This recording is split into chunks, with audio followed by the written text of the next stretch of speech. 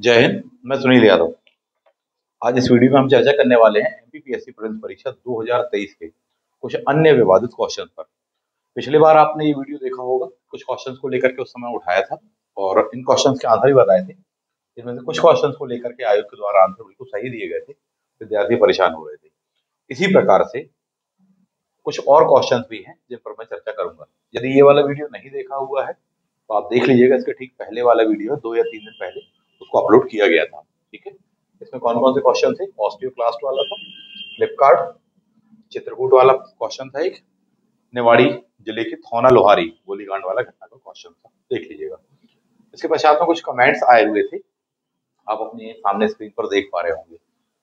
किन क्वेश्चंस को लेकर थे वो मैं आपको बता देता हूँ। जैसा कि शैलू जी ने लिखा हुआ है, सर एमपी क्लाइमेट वाला जो है क्वेश्चन उसको लेकर के लिखा है। कमिटी ऑन यूपीएससी 2000 के अलग कमिटी वाला क्वेश्चन है। लॉर्ड विलियम बेंटिक वाला, सर विलियम बेंटिक वाला ये भी सेम है, विलियम बेंटिक। राष्ट्रपति के निर्वाचन में लोकसभा राज्यसभा यूटी, ठीक है, ये भी वही क्वेश्चन था। नादिर शाह वाला क्वेश्चन है। और कुछ क्वेश्चन को लेकर के मैसेज आए हुए थे तो उन पर बात करने वाले हैं। ठीक है, तो ये वीडियो इसी पर फोकस होने वाला है। साथ ही साथ इन क्वेश्चन के कुछ आंसर भी आपको मैं बताने का प्रयास करूंगा। ये जो भी मैं आंसर आपको बता रहा हूँ ये कोई अंतिम नहीं है, आप अपने बुद्धि विवेक का प्रयोग करिएगा। सोर्सेज मैंने इसमें बताए हुए हैं, कहाँ पर दिया हुआ है, किस प्रकार से। आप चाहे तो इसका स्क्रीनशॉट ले लीजिएगा और इसका पीडीएफ भी आपको डिस्क्रिप्शन बॉक्स में मिल जाएगा, वहां से भी आपको हेल्पफुल हो जाने वाली है, इंफॉर्मेशन मिलेगी। किन किन प्रश्नों पर इसमें बात की गई है आप स्क्रीन पर देख पा रहे होंगे। वाई के अलग कमेटी वाला क्वेश्चन है, एमएचएफ कबड्डी फेडरेशन वाला है, नादिर शाह आक्रमण है, आर्य मंजूषी मूल कल्प है, लॉर्ड विलियम बेंटिक, किस प्रकार के वन नहीं पाए जाते मध्य प्रदेश में, राष्ट्रपति निर्वाचक मंडल, नीति निदेशक तत्व वाला जो क्वेश्चन आया हुआ है।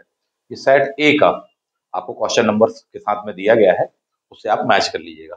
ठीक है, तो कुछ अन्य क्वेश्चन है, इनके क्या आंसर सही होने चाहिए, विद्यार्थी परेशान हो रहे हैं, मैंने कहा कि इस पर एक वीडियो बनाया जाए। फॉर एग्जाम्पल सबसे पहले आपको दिया हुआ है क्वेश्चन नंबर 30 है, सेट ए का। संघ लोक सेवा आयोग ने जुलाई 2000 में किसकी अध्यक्षता में समिति का गठन किया हुआ था? 4 ऑप्शन दिए थे।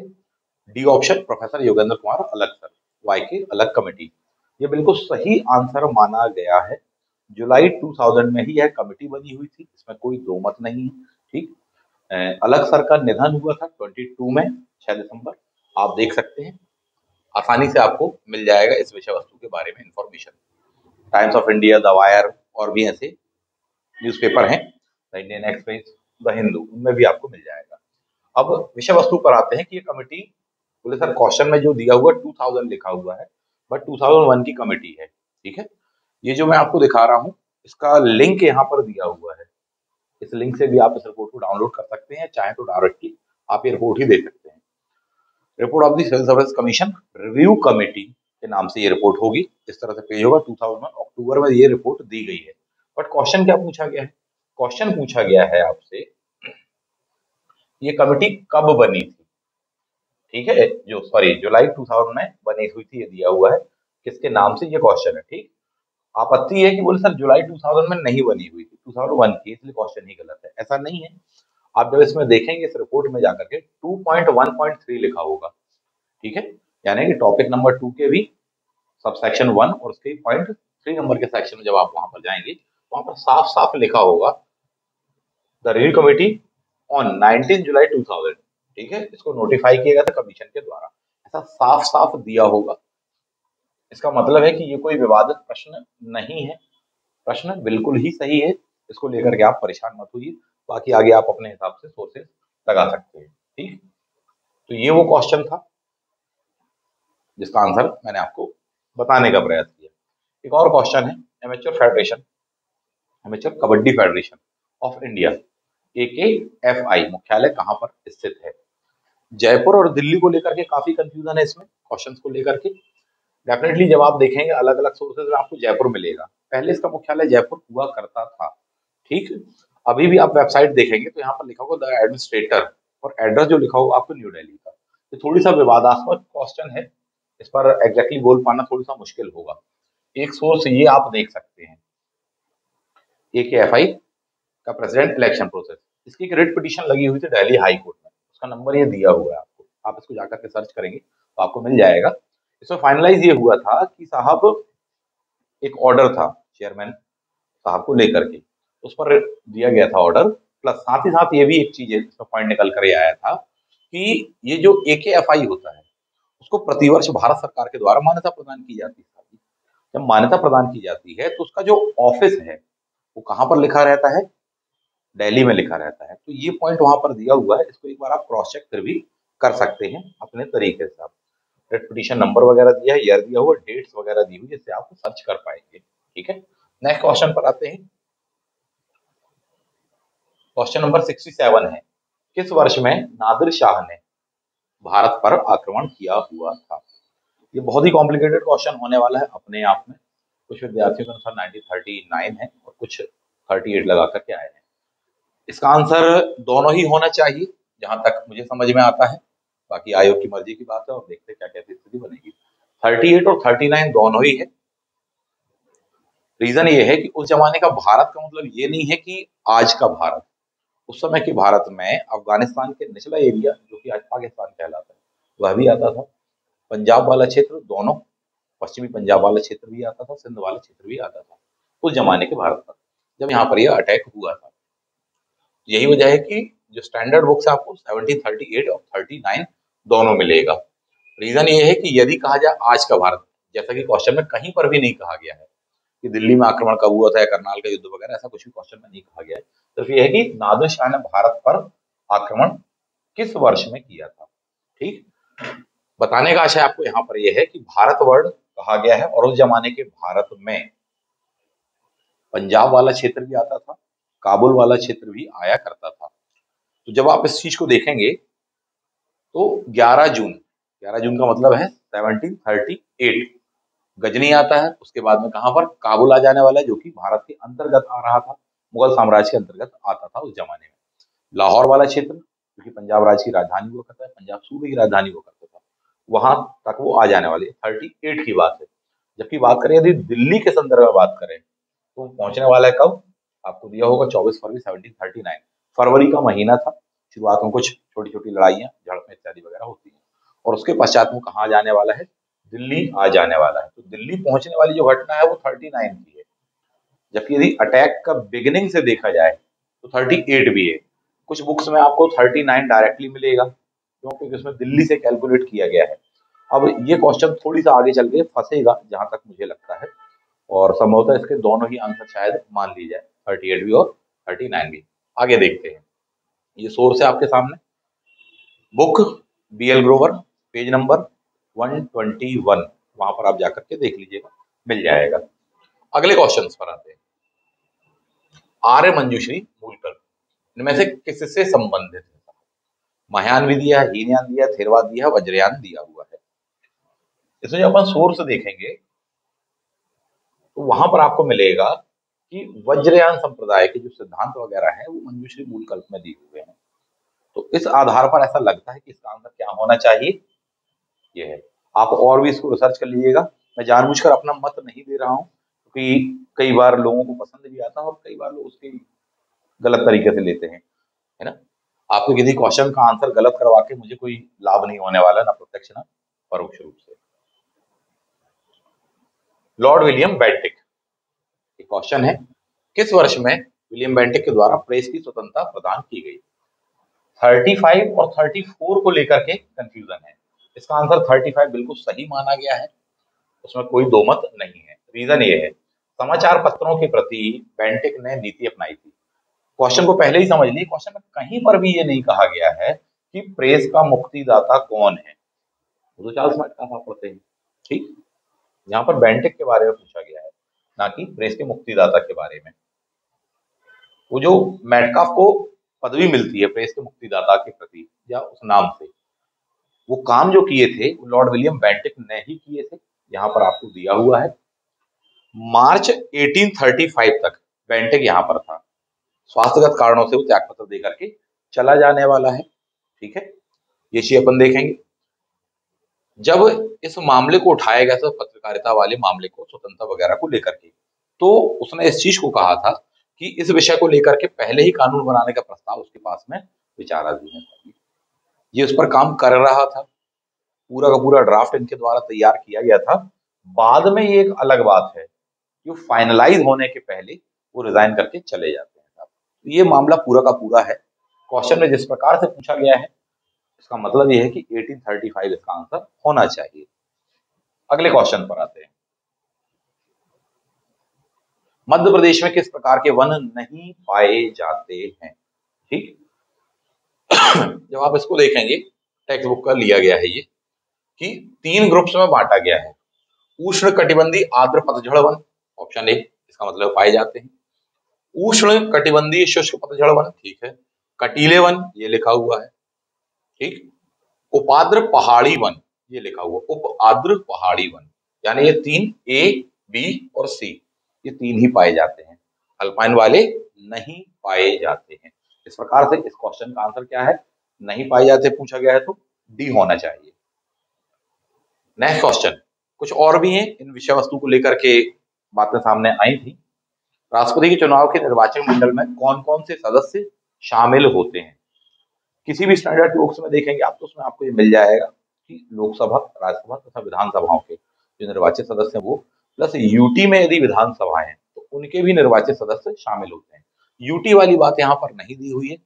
इसको लेकर के ये क्वेश्चन संभवतः फंस सकता है या जो भी निर्णय लिया जाए, ठीक, पता नहीं इसमें क्या कैसी स्थिति बनेगी।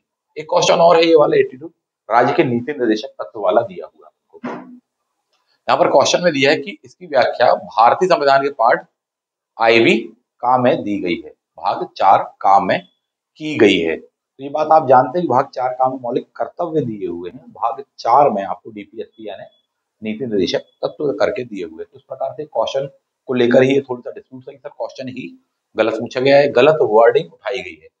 इसको लेकर के पता नहीं क्या कैसी स्थिति बनेगी, अब ये भी देखने वाली बात होगी। कुछ इस प्रकार से क्वेश्चन थे, किसी भी स्टैंडर्ड की बुक्स में आप देखेंगे इसको पॉइंट को जाकर के आप क्रॉस चेक करेंगे तो आपको ये मिल जाएगा। तो ये चीजें हैं, ये कुछ क्वेश्चंस हैं जिन क्वेश्चंस को लेकर के मुझे लगा कि आपसे चर्चा करनी चाहिए। बड़ी अभी ये उठापटक मच रही होगी और किसी का आंसर ये होगा, किसी का आंसर वो होगा। मुझे लगा कुछ सोर्सेज आपको बताना चाहिए, वो मैंने आपको बता दिए। अब देखिए, जो भी स्थिति है, एक नई आंसर की आने तक आपको इंतजार करना पड़ेगा। रेट जो भी है आप आपत्ति लगाएंगे और उसके बाद में एक नई आएगी। ये जो कुछ भी चल रहा है इस दौरान में समझिए कि इसमें समय और ऊर्जा काफी विद्यार्थियों की जाती है। यदि अच्छा खासा स्कोर आप कर रहे हैं और आपको लग रहा है कि जो कट ऑफ मैंने पहले की वीडियोस में बताया है और एक फाइनल कट ऑफ एक बाद की वीडियो में बताने वाला हूँ, यदि आप उसको आसपास में टच कर रहे हैं, मोटे तौर पर वो क्या है, जनरल कैटेगरी के लिए 2 प्रकार के कट ऑफ आने वाले हैं, ठीक। एक रहेगा काफी कम और एक रहने वाला थोड़ी सा ज्यादा। काफी कम मतलब कम रहेगा, 71 72 के आसपास में होना चाहिए, या 72 मान लो मोटे तौर पर, 72 मान लीजिए, 72 क्वेश्चन। एक कट ऑफ ये रहेगा। एक और कट ऑफ जनरल कैटेगरी के लिए होना चाहिए, जहां तक 76 से 77 के आसपास में कुछ वो कट ऑफ होना चाहिए। इतने के आसपास जो भी स्कोर कर रहे हैं वो अपने आप को ये मान के चलो कि संभवतः उनका कॉल आ जाए। कोई अंतिम नहीं है जो मैं बता रहा हूँ, आ भी सकता है, आ जाए। और एक और बात मैं कहूंगा, जिनका भी 70 के आसपास प्लस में आ रहा है, क्योंकि इन आंसर को मिलाओगे तो किसी क्वेश्चन का सही होने पर सर 1 बढ़ गया, परंतु एक घट भी जाएगा कहीं और किसी क्वेश्चन के कारण, तो लगभग वो उसी रो में आपका चलने वाला है। यदि आपका 71 उसके आसपास में आ रहा है लगभग लगभग, मेरा मानना है आपको तैयारी बिना देर करे शुरू कर देनी चाहिए, क्योंकि मार्च में अधिक समय नहीं है। और यदि बहुत ही कम जा रहा है तो बिल्कुल अलग करो, चीजों को छोड़ो। 28 अप्रैल को एक और एग्जाम है, उसको लेकर के आप फोकस कर सकते हैं। अभी से तैयारी करो, जो भी कसर बाकी रह गई है उसको बिल्कुल दूर कर लो। तो चाहे प्री हो चाहे मेंस, आपको दोनों तैयार करना है। समय आपके पास में कम है, अपने पास में बैच अवेलेबल है, काफी अच्छा कंटेंट, काफी क्वालिटेटिव कंटेंट, एक अच्छा मार्गदर्शन आपको उन बैचेस के माध्यम से मिल जाएगा। किस प्रकार से पढ़ना है, किन सोर्सेस से पढ़ना चाहिए, किन से नहीं पढ़ना चाहिए, किस प्रकार के क्वेश्चन पेपर्स लगाने चाहिए, किस प्रकार के नहीं लगाने चाहिए, अनावश्यक समय बर्बाद नहीं करना चाहिए। मेंस को लेकर के आंसर राइटिंग हो, मेंस को लेकर के अथेंटिक नोट्स वगैरह हो, वो भी अपने पास में अवेलेबल रहते हैं। प्लस क्लास में यह भी बताया जाता है कि आप किस तरह से आपको आंसर राइटिंग करनी चाहिए जिससे आपको अधिकतम नंबर मिले। पूरा का पूरा सिलेबस आपको क्लास में यहाँ पर करवा दिया जाता है और इतना कम टाइम है उतने कम टाइम में ना केवल कंप्लीट आपको सिलेबस बल्कि आंसर राइटिंग की प्रैक्टिस भी एक अच्छे मार्गदर्शन में आपको हमारे यहाँ पर मिल जाएगी पूरी पूरी टीम के द्वारा। तो इस चीज के लिए आपको अब समय बर्बाद नहीं करना चाहिए, चाहे प्रीलिम्स हो और चाहे मेंस हो, आपको लग जाना चाहिए तैयारी में एक सही मार्गदर्शन में रहते हुए। और मेरा सजेशन हमेशा यही रहता है कि प्री कम मेंस ही लेकर के तैयार करिए, क्योंकि बाद में समय कम बचता है। फॉर एग्जाम्पल अभी 17 दिसंबर को दिए, आज की डेट में आप आकर के खड़े हो गए हैं और अभी और सेकंड आंसर की आने तक बड़ी उठापटक चलने वाली है। इसकी बजाय स्कोर कुछ इस तरह से करना चाहिए कि साहब बिल्कुल अपना कॉल लेटर आएगा, मेंस आना ही है, उसकी बहुत अच्छे से तैयारी करिए, मार्च तक पूरा का पूरा पढ़ लीजिए, रिवीजन कर लीजिए, आंसर राइटिंग की प्रैक्टिस बहुत अच्छे से कर लीजिए। ये आपकी स्ट्रेटेजी का आधार होना चाहिए, ऐसा मेरा मानना है। इसीलिए प्री कम मेंस ही कभी भी तैयार करना चाहिए, जिसके बैच अपने पास में अवेलेबल है। यदि आप अच्छा गाइडेंस चाहते हैं, यदि आप अपने सिलेक्शन को सुनिश्चित करना चाहते हैं, सही तरीके से जेन्युइन तरीके से तैयारी करना चाहते हैं, समय और ऊर्जा बिल्कुल सही दिशा में आप लगाना चाहते हैं, तो उसके लिए आपको बिल्कुल संपर्क करना चाहिए और उस दिशा में बिल्कुल सही मार्गदर्शन मैं आपको प्रदान करने का प्रयास करूंगा। तो दिए गए नंबर पर आप संपर्क कर सकते हैं। जो भी आपको आंसर कीज वगैरह बताई गई हैं, क्वेश्चंस के आंसर बताए गए हैं, इनको आप देख लीजिएगा, अपने मैच कर लीजिएगा और भी अपने सोर्सेज से मैच कर लीजिएगा, सर्च कर लीजिएगा। कोई बहुत दुर्लभ चीज नहीं है ना। और उस हिसाब से अपने विवेक के आधार पर, अपनी बुद्धि के आधार पर निर्णय लेके आगे कदम बढ़ाइए। मिलते हैं शीघ्र ही अगले वीडियो में, जो कि डिटेल्ड वीडियो होने वाला है एमपीपीएससी मेंस को लेकर के, प्लस इसके कट ऑफ को लेकर के कैटेगरी वाइज कि कितना क्या कट ऑफ होना चाहिए। लगभग लगभग एक मोटे तौर पर मैंने पहले ही आपको बता दिया है, और जो मैंने बताया हुआ कट ऑफ मुझे लगता है कि लगभग इसके आसपास होना चाहिए, हालांकि कोई अंतिम नहीं है। ठीक, नंबर ऑफ वैकेंसीज वगैरह भी काफी कम है इस बार, और पेपर का लेवल भी एक डिसाइडिंग फैक्टर कहीं ना कहीं होता है। तो सारी चीजें आधार बनेगी, बट एक पॉजिटिव रहिए, सकारात्मक सोच रखिए, थोड़ी भी अच्छा स्कोर है, निश्चित रूप से आप तैयारी करिए, आपका कॉल आ जाएगा मेंस के लिए, डेफिनेटली पेपर आपके अच्छे जाएंगे, क्योंकि आप अभी से तैयारी कर रहे हैं। इन केस दुर्भाग्यवश नहीं भी आएगा, तो भी इस दौरान आप जो लग करके तैयारी कर रहे होंगे, निश्चित रूप से अगली मुख्य परीक्षा में आपको काफी हेल्पफुल होने वाला है। तो ये दोनों ही तरीके से आपके लिए फायदेमंद होने वाला है, यदि आप अभी से मुख्य परीक्षा को तैयार करते हैं। समय को जाया मत जाने दें। और यदि प्रीलिम्स को फोकस कर रहे हैं 28 अप्रैल के लिए, प्रीलिम्स उनका ही निकलता है जिनका मेंस तैयार होता है, इस बात को समझिए, उनके कारण ही स्कोर काफी हायर जाता है। और उसके लिए आपको अभी से तैयारी करनी चाहिए, अभी से जुड़ना चाहिए हमारे साथ में, ऐसा मेरा सजेशन है। काफी अच्छे स्तर पर आपकी तैयारी प्री कम मेंस दोनों को लेकर के हो जाने वाली है। ठीक है, तो दिए गए नंबर पे आप संपर्क कर सकते हैं। मिलते हैं आप सभी से नेक्स्ट वीडियो में। थैंक यू, जय हिंद।